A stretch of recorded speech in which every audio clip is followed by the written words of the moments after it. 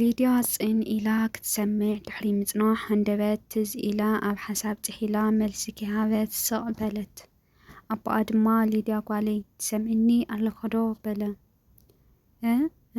እወ ይሰምዐካ ኣለኹ እየ ባባዬ ኢላ ካብዚ መፂኡ ዘይበለቶ በተን ፍርያት ይዕንታ ንብዓት ጸረር እንዳበለት እሺ ባባዬ ኢላ ክትሰምዖ ገጻ ግልጽ ኣበለት።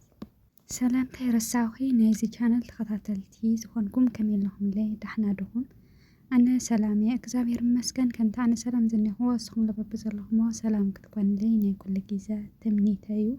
ምሳኹም ዘለኹ ህዊ ላይፍ ቻነል እየ። ከምቲ ኩሉ ግዜ ትገብሩለይ ምብርታዕኹም ኣይፈልየኒ። ናይዚ ቻነል ሓደሽቲ ዝኾንኩም ደሞ ላይክ እና ሰብስክራይብ ብምግባር ቤተሰብ ኩኑ ኩለኩም ፈቱ ኩራት ኣሕዋተይ። ሎማዓንቲ ብሓድሽ ትሕዝቶ እየ መፂአኩም እኒኹ። እቲ ትሕዝቶ ድማ ሕፅር ዝበለ ዛንታ እያ። ኣብ ዝሓለፈ ራሄላዊት ሄዋን ተኸታታሊት ልበወለዳዊት ዛንታ ቅድማይ ክፋል ሒዘልኩም ቀሪበ ነይረ እኒሆ። ሎሚ ድማ ተኸታታሊት ልበወለዳዊት ዛንታ ራሄላዊት ሄዋን ካልኣይ ክፋል ሒዘልኩም ቀሪበ እኒኹ። ናብኣ ከብለኩመ ክሳዕ መጨረሻ ሓቢርኩምኒ ፀንሑ። እንተፈቲኹማ ላይክ ኣይትርስዑ። ራሄላዊት ሄዋን ተኸታታሊ ልበወለዳዊ ዛንታ ካልኣይ ክፋል።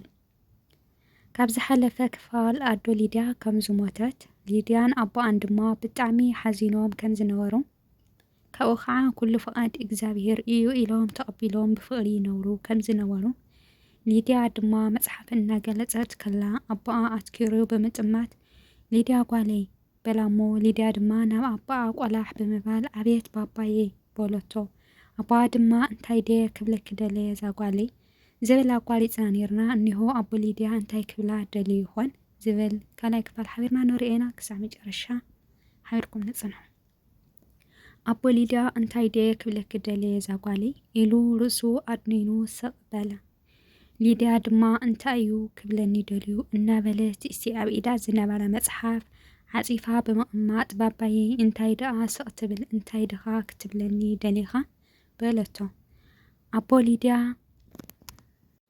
ድማ ካብ ስቕትኡ ወፂኡ ዛጓለይ ዘጋጠመና ነገር ቀሊል እኳ እንተዘይኾነ ግን ከዓ ንኹሉ ተቐቢልና ንቐድሚት ክንስጉም እምበር ብዘጋጠመና ሽግራት ተሸኒፍና ክንወድቕ የብልናን።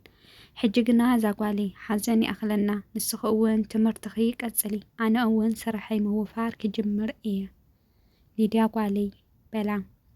ሊድያ ጽን ኢላ ክትሰምዕ ድሕሪ ምጽናሕ ሃንደበት ትዝ ኢላ ኣብ ሓሳብ ጥሒላ መልሲ ከይሃበት ስቕ በለት። ኣቦ ሊድያ ድማ ጓለይ ትሰምዕኒ ኣለኹ ዶ በለ። እወ ይሰምዐካ ኣለኹ እየ ባባዬ ኢላ ካብዚ መፂኡ ዘይበለቶ በተን ፍርያት ይዕንታ ንብዓት ጸረር እንዳበለት እሺ ባባዬ በለቶ።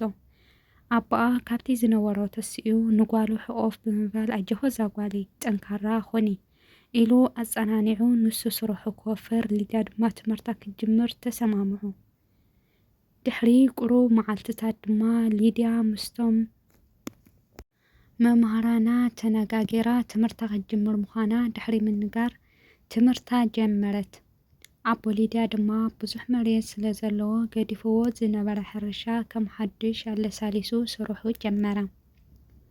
ሊድያ ንጉሆ ተሲኣ ምግቢ ንዓኣን ነቦኣን ኣዳልያ ናብ ትምህርታ ክትከይድ ምስ ተመለሰት ድማ ድራር ክሰርሕ ናይ ገዛ ስራሕ ኩሉ ሓላፍነት ተሰኪማ ቁሩብ ክብድ ይብላ እኳ እንተነበረ ግን ከዓ ኣቦኣ ጥራሕ ስለ ዝኾነ ብዙሕ ዘሸግራ ኣይነበረን። ብኸምዚ ድማ ን2 ዓመት ዝኣክል ጸንሑ።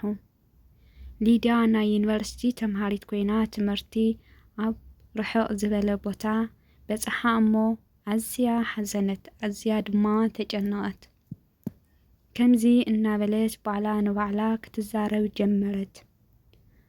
ባባዬ ሕጂ ካባኻ ተፈልየ ከመይ ክኸውን ኣይክእሎን እየ። ንስኻ ኸ ከመይ ኢኻ ክትከውን? ሕጂ ኣነ ተፈልየካ ከመይ ክትከውን? ማማዬ ግን በቃ ዲኺ ጨኪንኪ ገዲፍክና እናበለት ብዒንታ ዝወረደ ንብዓት ብኢዳ እንዳደረዘት ኣቦ ሊድያ ድማ ኣብ ስራሕ ውዒሉ ናብ ገዛ እናኣተወ ሊድያ ጓለይ ኣለኽ ዶ ከመይ ውዒልኪ ዛ ጓለይ በላ። ሊድያ ግና ኣብ ሓሳባታ ተቐርቂራ ገጻ ብንብዓት ተሓፂቡ ኣብቲ ዝበለ ሓሳብ ጥሒላ ስለ ዝነበረት ኣይሰምዐቶን። ኣቦኣ ድማ ናብኣ ቀረብ ኢሉ ሊድያ ጓለይ ኣለኹ ዶ ኢሉ ድጋሚ የጸውዓ። ጥምት ምስ ኣበላ በስመ አብ ወወልድ ወመንፈስ ቅዱስ ኢሉ ኣማዕተበ። ሊድያ ሃንደበት ከይረኣየቶ ስለ ዝጸንሐት ባባ ኢላ ወታእታእ በለት። ባባዬ መጺኻ ዲኻ በለቶ። ኣቦኣ ድማ ብጣዕሚ ተገሪሙ ብምጥማት ራሄላዊት ሔዋን ተኸታታሊ ልበወለዳዊ ዛንታ ሳልሳይ ክፋል ይቕጽል። ኩራት ተኸታተልተይ ሎማዓንቲ ሒዛልኩም ዝመጻኹ ትሕዝቶ ነዚኣ ትመስል ነይራ። ክሳብ መጨረሻ ሰሚዕኹምዋ ክትኮኑ ወይም ክሰምዕዋ ተስፋ ይገብር። እንተሰሚዕኹምዋ ከምቲ ኩሉ ግዜ ትገብሩለይ መበረታዕ ላይክ ሸር ናብ ትፈትዎም መሓዙትኩም ሸር ብምግባር ኣካፍልዋ። ሃናፂ ርእይቶኹም ኣይፈልየኒ። ናይዚ ቻነል ሓደሽቲ ዝኾንኩም ደሞ ላይክ እና ሳብስክራይብ ብምግባር ቤተሰብ ኮኑ ኢኹም። ንቐፌታኹምና ሃናፂ ርእይቶኹም ኣይፈልየኒ። ንትገብሩለይ መበረታዕ ብጣዕሚ እየ ዘመስግን። ኣብ ዝቕጽል ሊድያ ነቦኣ ገዲፋ ናብ ዩኒቨርሲቲ ክትከድያ ወይስ ምስ ኣቦኣ እያ ክትመርጽ? ኣቦኣ ኸ እንትኸይዳ እንታይ ይኾን ዝብል ብጣዕሚ የሕዝነካ እዩ። ግን ሓቢርና ንሪኦ ኣብ ሳልሳይ ክፋል እዩ ዝኾን። ኣብ ዝቕጽል ክሳብ ሳልሳይ ክፋል ንራኸብ። ሰናይ ግዜ ሰናይ ቅንያት ይኹነልኩም። ከምቲ ኩሉ ግዜ ትገብሩለይ መበረታዕኹም ኣይፈልየኒ። ሃናፂ ርእይቶኹም እውን እና ነቐፌታኹም እውን ኣይፈልየኒ ኩራት ኣሕዋተይ። ምክንያቱ ናትኩም ነቐፌታና ሃናፂ ርእይቶ እዩ ናይ ከበረታትዐኒ ዝኽእል። ስለዚ እዚአን ኣይትረስዑ ማለት እዩ። ሰናይ ቅንያት